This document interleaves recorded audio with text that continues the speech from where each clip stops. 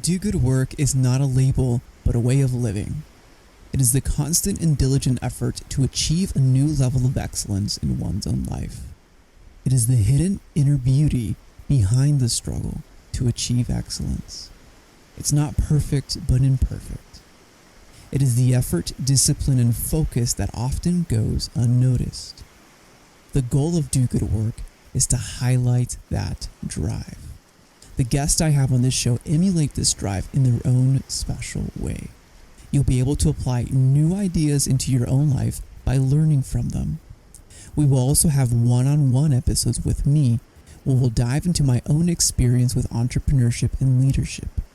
Every episode is designed to provide you with ideas that you can apply and grow in excellence in all areas of your life, business, and career. Today on Do Good Work, we have Nicky Billou. Nicky is a podcast host, author, entrepreneur, and thought leader, and has spent the last 20 years figuring out the mindset of champions. He has worked with athletes and entrepreneurs at the highest levels, from Olympic gold to billionaires. Nicky will ignite your passion and push you to go further than you think possible. Nicky, thank you so much for being on the show, man. Raul, it's an honor to be here. Thank you for having me. Nicky, when I listened and understood some of your premises and the way that you approach business, it's really similar to how I approach it when it comes to productive profits. I mean, you're focusing on the impact that an individual makes, but also for that impact that they make for their community, their family, their teams, their shareholders, and then the greater impact down the line. I just want to understand, how did you arrive to that conclusion as well? Like when you saw that business, or like you mentioned, free enterprise is more than just, a self-serving mechanism. It is for creating a greater impact around the community. Well, I appreciate the question. So my background really is informed by where I come from. I'm a Christian from the Middle East, from Iran. And growing up, my father was my hero. And my father was an entrepreneur. And he used to say to me, "Son, do you know we fed 51 families this week?" Ours and his 50 employees. Wow. And he was always very proud of that. And my father passed away just over a year ago, God rest his soul. He was a man that uplifted other people. That was his whole reason for being. All he did was he brought other people up along with him. There were people who were basically dirt poor in my home country who became millionaires because they got to know my father. And for me, I've always wanted to be like my dad. I wanted to uplift people. And to me, free enterprise is the most moral system in the world for creating prosperity and wealth for as many people as possible. All other systems suck. That being a technical term, they're terrible. They don't deliver the goods. If you look at socialism as practiced in the old Soviet Union, people there had to line up for food. If you look at Venezuela, that used to be one of the richest countries in the world, people right now are diving into dumpsters to eat. You think about that. You definitely don't want that coming to the United States or Canada or any other Western country in the world. You want to create a society that understands why free enterprise matters, why it allows prosperity to be there for everybody. And I have a vision. I call it #billion millionaires. I want to have 1 billion millionaires around the world. And my other hashtag is 1 million billionaires and 1 million billionaires. Right now, around the world, we have about 45 million millionaires. To grow that to 1 billion would be a big leap, right? Huge leap. There are about 4,500 billionaires. To grow that to 1 million billionaires would be a huge leap. And I think the most important thing we can do here today is inspire people from all backgrounds to see that this is what's possible. You can create the life of your dreams. Free enterprise makes it possible for you. And let's have you become a millionaire or a billionaire wherever your ambition leads you. And I know that, those are, for listeners, there's definitely ambitious goals, but sometimes also, I think it's the mindset for us to understand that, hey, this is possible, this is achievable. I know you've done work with Olympic gold medalists and being able to understand their frame of mind and the way that they actually approach their work. And I want to dive into that as well, because one, right now, early on, you focus on positioning, and even right now with the way that you see the world, your stance, it's very unique, it's very bold, and it's definitely making a statement, it's planting your flag. And I do want to talk about that when it comes to how our listeners can also position themselves and focus, like what is actually truly driving my mission in business. But also when you talk about these goals that are actually achievable, I'd like to dive into how do they think, and how can we, enable to start thinking bigger in that way? Well, there's one of my books that you were kind enough to mention before we got on the air. It's called Finish Line Thinking: How to Think and Win Like a Champion, right? And I wrote this book after working with a couple Olympic gold medalists, and I really started to delve into how top performers think, how champions think, right? So number one is they're all understanding that the only way you're going to be at your best is if you're in great physical shape. So you got to eat right, you got to exercise daily. That's par for the course for everyone who wants to live a championship level life. So if you're listening to this show and you're thinking, how can I apply this to myself?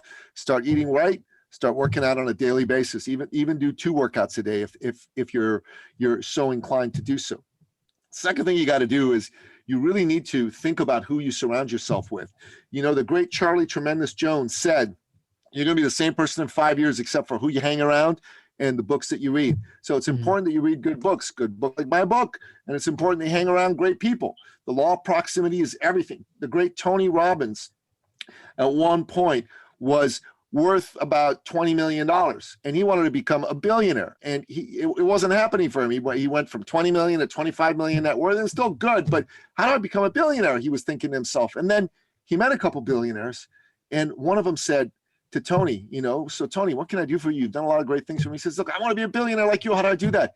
He said, you need to take advantage of the law of proximity. He said, what's the law of proximity?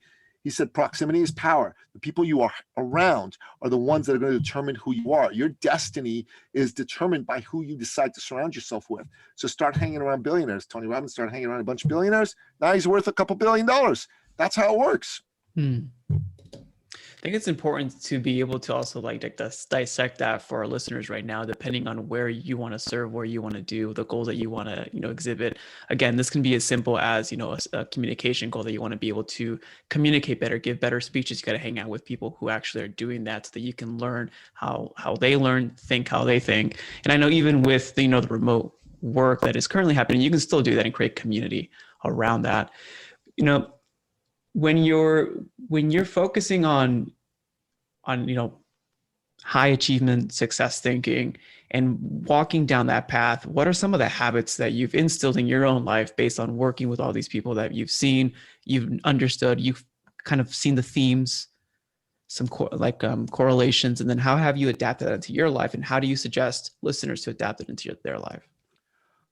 So work out every day, eat right every day, drink 3 liters of water every day, journal every day. I got a journal that I fill every day. I write at least 3 to 15 pages in it. And in my journal, I write what I'm grateful for. I write some of the things I'm proud of having accomplished in my life. And in my journal, I also write about the people that I care about. And I make a list of daily goals. So, small incremental habits performed again and again, day after day, lead to stunning, gigantic results. That's a quote from the great Robin Sharma, the author of The Monk Who Sold His Ferrari, who used to be a client of mine when I was a fitness trainer. And I've become a client of his in learning some of his high performance habits.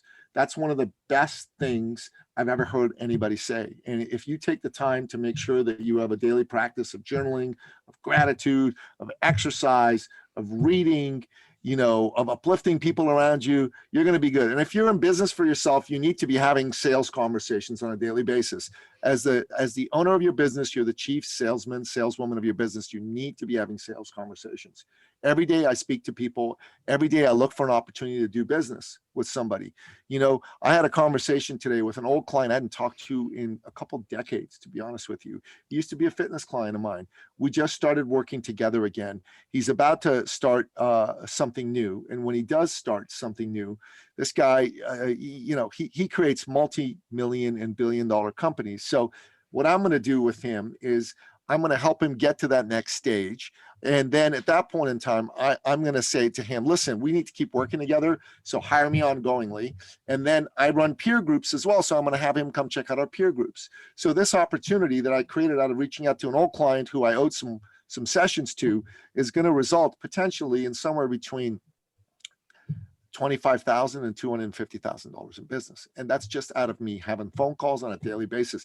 If you're in business, you got to sell, sell, sell, sell, sell, sell. Anybody who thinks that they're going to be in business and just create great content and put it on there on social media and create videos and people are magically going to show up and buy just does not understand how the real world works. Well, let's talk about that too, because I know that when you position yourself to be in thought leadership, and I know anyone on LinkedIn right now, if they're posting on LinkedIn or on their content, whatever platform they're using, they might say, "Oh, this is my thought leadership content."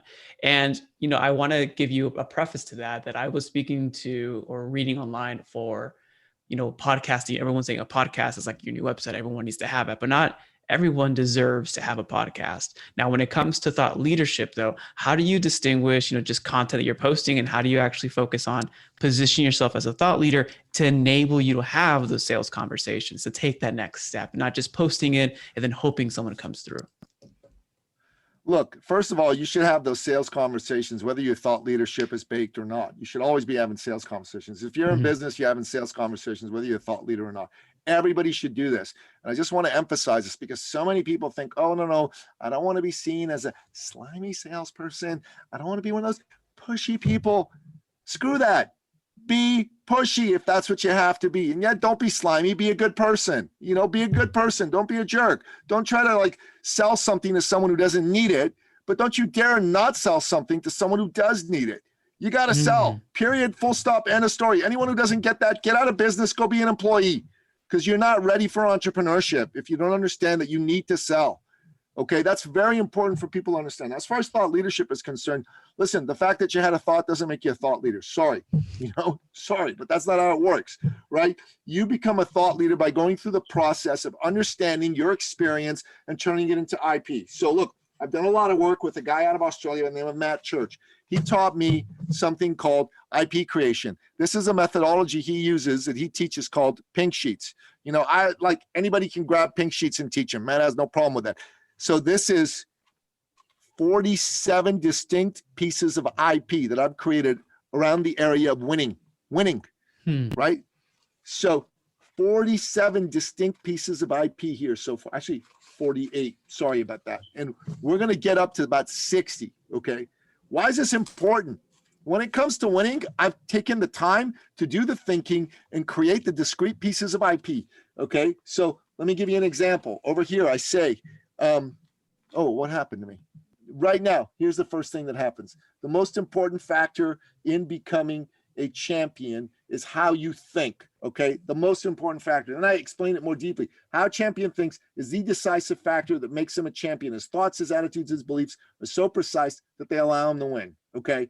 And that's number one. Then over here, I got examples of people that I've worked with, okay? Teresa, my lovely better half, who's a 3-time Guinness World Record holder, 12 hours running on a treadmill, okay? Top coach for Tony Robbins. Robin Sharma, I've worked with. Mark McCoy, Olympic gold medalist, I've worked with. Donovan Bailey, Olympic gold medalist, I've worked with. Mark Ferris, #1 realtor in all of Canada, I've worked with. And these are some books that go and explain the concept of winning. Angela Duckworth's Grit, Malcolm Gladwell's Outliers, Anders Ericsson's Study on 10,000 Hours, my own book, Finish Line Thinking, okay? And then over here, we've got a visual model. My visual model talks about focus. You got to focus if you want to win. You got to take action. You got to be consistent. The sweet spot, that's the winning zone. And then my metaphor is how a champion thinks is like how the world's best operating system runs a computer. Both are designed to generate top performance. And now on the back, I've got 7 ways to say my statement. The original way is the most important factor in becoming a champion is how you think. The formal way, if I were talking to bankers, I'd say the deciding factor in becoming a champion is the thinking process you engage in. If I was talking to someone like you, casual guy, casual conversation, how you think is what makes you a champion. If I was talking to a 7-year-old kid, I'd say, you got to think like a champion to be a champion. If I was talking to a 17-year-old I wanted to inspire, I'd say, thinking like a champion makes you one. If I were talking to a 35-year-old, 37-year-old, I'd say something practical, like thinking like a champion gives you the benefits of being one. And if I was talking to a 7-year-old, somebody who's wise, I'd say you think and then you become a champion. And that's how that works. Now, I read that to you in just a couple minutes. Each of these discrete pieces of IP is an hour to 2 hours worth of thinking and work, right?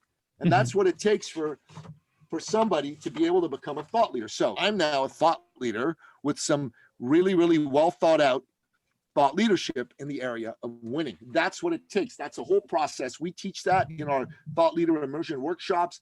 We teach that along with how to take that thought leadership and monetize it.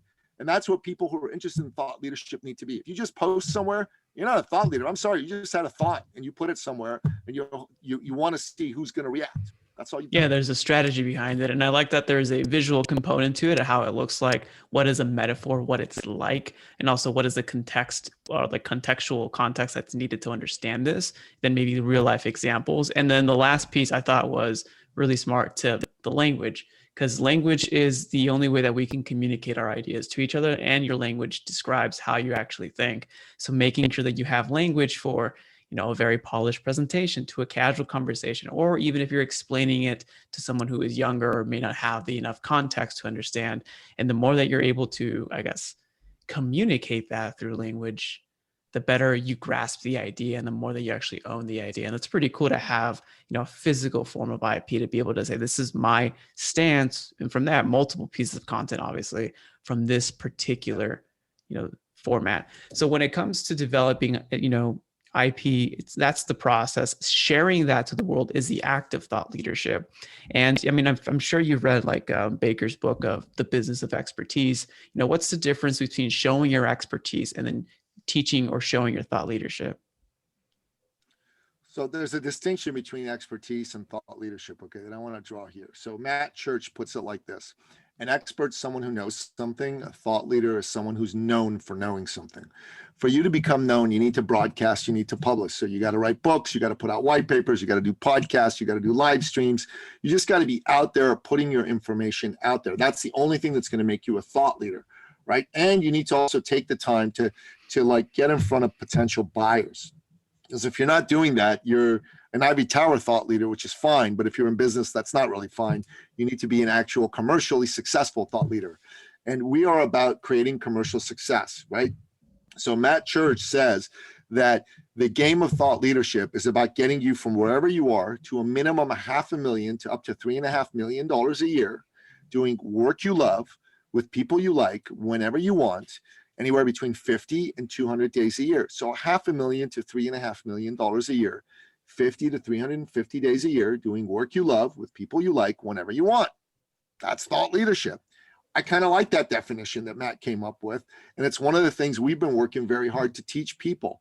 So the people that we work with typically aren't people who are just starting out in business, right? Like they've been in business for 3 years, 4 years, 5 years, 10 years or more. They have clients, they have experienced some success, but it's not repeatable. It's not something that just clicks and clicks and clicks again for them. They're trying to figure it out. So someone comes to us, let's say they're averaging $100,000 or $150,000 a year in sales. We say that in the thought leader journey, that's your between white and yellow belt, right? Every $10,000 is one belt level, okay? Every $10,000 is one belt level. Every 10 grand a month is one belt level. Like if you're under white belts, you're not even making 10 grand a month. So we want people that we work with to be like at white belt, between white and yellow belt, and we're really good over a 3-year period to take them to black belt, which is 60 grand a month and above. You follow what I'm saying here? Mm-hmm. So this is the process for thought leadership, right? Is how do we take you from wherever you happen to be over here to get you at least black belt, which is 60 grand a month. That's $720,000 a year. That's almost $750,000 a year. And for a lot of people, that's a huge amount of money.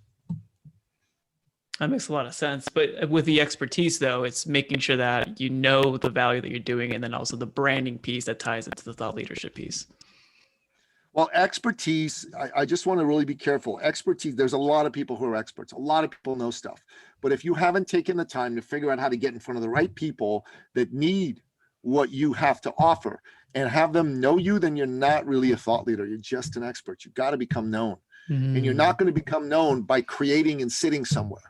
Right? You got to become known by getting out there, getting on the phone, having a podcast interview like this, writing a book, writing a white paper, creating more material for people. Look, one of the things that I've noticed that you've mentioned, and one of the things that I also included in my book, is to create challenges around, I guess, a goal, as opposed to setting a goal and just working towards it, making like a challenge where to start, an end date. You see what's the possibilities within that challenge, making sure that you have the resources, if then scenarios, if something happens, but making it more like a challenge based. Why do you focus on challenges, and what's the mindset around that you like to emphasize? Look, I think as entrepreneurs, we like to be challenged, right? It forces us to dig deep and go to the next level. So I found that to be very effective for myself. And then I found it to be effective for clients. So this summer, like in the middle of COVID, right? Like nobody's doing business. I said, okay, screw this. Let's have a challenge here. I said, okay, we're going to have a weekly call. And here's what we're going to do. We're going to challenge you to get on the phone and have sales conversations. A lot of these people had not had a sales conversation in 9 months, like not even one. So they started having 3 a day over the 30 days. You know, that's even if they just did it Monday to Friday, that's 66 sales conversations. I had 66 sales conversations. I made $76,000 that month. 4 of the 11 made at least 30,000. 2 made 20,000. One guy made only 5,000, but he kept going after the 30 days. Like he's still doing the 3 asks a day, like 6 months later. And last week he made 20,000 because he's like 3 ask a day man right now. And it's become a habit ingrained in his life. So challenges get you out of your comfort zone. That's what's powerful about challenges. I love challenges because it means I got to get out of my comfort zone. So I've been on this challenge to drink 3 liters of water a day for the last 30 days, right? I'm on day 23 right now. So Raul, man, I've only missed it once. I did 2.75 liters one day. Every other day I've hit at least 3 liters, man. It's awesome. So I got my little bottle of San Pellegrino over here. I'm up to 1 liter so far. I'm going to hit this. I'm going to be at 1.5 liters, 1 3/4. You know what I'm saying? And by the end of the day, I'll probably be at 3.5 liters. That's a beautiful thing. So it's always challenging yourself with the right habits to make sure that you make forward progress. And the challenge here was to make 3 asks, or at least engage in 3 conversations that lead to a sales conversation. Yes, that's very important, because every day when you make calls, it might not be the right time to have a sales conversation yet, but at least you can set up a sales conversation. And maybe that person is not interested in the sales conversation, but at least you can ask them who they know. You can ask for a referral, a connection, and that's always still going to be moving you forward. That makes a lot of sense. What's something that you're working on that's exciting, this year, 2021? So actually I have a few things. I'm going to be going to a second episode a week on my podcast, and it's going to be Thought Leader Nuggets or Thought Leader Insights. And it's just going to be me solo for 15 or 20 minutes, sharing some insights with the audience. So that's exciting. I have a new book I've written with a co-author who's the owner of BNI Canada. His name's Kai Bjorn. We've actually finished our first couple of drafts. I'm in the process of going through it and getting it ready for publication. So that's exciting. I've created a peer group for business owners with $2 million and up that meet a certain criteria. That's exciting. And this is really near and dear to my heart. So I'm a man who went through separation and divorce, and as a result of that, I have a lot of empathy for men going through that. And I've actually been part of men's groups to help men that are dealing with this and other issues that are unique to men. So I decided just a couple of weeks ago to go ahead and create a group of my own. I used to be affiliated and associated with groups based on the teachings of other people. And now I've said, okay, you know what? That's nice, but men need help now. So let's get this group going. So as of this week, I started this group, and we're doing a Navy SEAL-like program for 8 weeks for 6 men. And this is a beta group. We're not charging for it, but I'm excited to deliver a ton of value. And then, assuming it goes well, we're gonna start a second group, and I'll likely charge some money for the second group. Again, it's still in the early stages, so we're going to be keeping the investment very, very low for men. Probably be something like $100 or $200 a man for an 8-week program, which is really not a lot of money at all. But at least it makes sure that they have some skin in the game.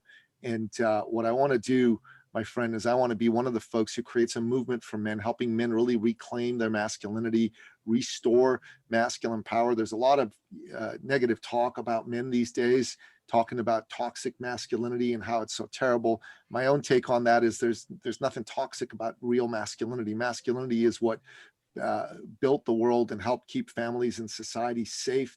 think it's important that we honor men as much as we honor women. And that's very important to me. So that's one of the things I'm very excited about bringing forward into the world. There's a lot of other men doing this kind of work, folks like Ryan Mickler in the Order of Man and his Iron Council. And there's Larry Hagner with the Good Dad Project, who helps men become, better fathers, and tons of other men that are doing this kind of work. But I'll tell you, the amount of men they're reaching is so infinitesimally small. If there were 10,000 other people like me and Larry and Ryan Mickler, we still wouldn't have enough of us helping men become the best possible men they can be, better fathers, better husbands, better providers. It's really powerful work, and it's extending further into the mission. But Nicky, I loved our conversation today. What's the best place for people to reach out to you, to thank you for this episode and learn more about you? Well, God bless you, man. I really appreciate that. Here's what I'm going to offer. If you're listening to this show and you're an entrepreneur, I'm going to offer you a complimentary session with me. And the best way to get a hold of me is to just go to my website, ecircleacademy.com/appointment, or just go to ecircleacademy.com and click on a button that says book a success call. The call's free, and we can talk about anything you want to. But I mean, if you're an entrepreneur and specifically you want to talk about your business, that's really what primarily we do the calls. But if you're listening to this show and you just want to get on the phone and chat, I'm still going to extend the offer to you. Just mention that you came through Raul's show, the Do Good Work podcast, and I'll make sure that I make that possible. And if folks are interested in some of the books, some of the podcasts, it'd be great to be able to have them come to my podcast and check out a few episodes. You're going to be a guest on the show pretty soon, so that's pretty cool. And that podcast is called thethoughtleaderrevolution.com. It's on iTunes, Stitcher, Spotify. It's the website called The Thought Leader Revolution. Really, really great guests are on that show. I like to say they're the smartest people in the world. I've had the privilege of being a bit of a modern day Napoleon Hill, had the opportunity to speak to some of the smartest people in the world and learn from them. And what's really cool is, man, I get anywhere from a half an hour to 2 hour coaching session from some of the smartest people in the world for free by having them be a guest on my podcast. So, don't tell anybody, shrill. We'll keep it our secret between this. Well, Nicky, thank you again, man. It's a pleasure having you on. Thanks for having me, brother. Really, really appreciate it. God bless you. You do great work. Keep doing good work.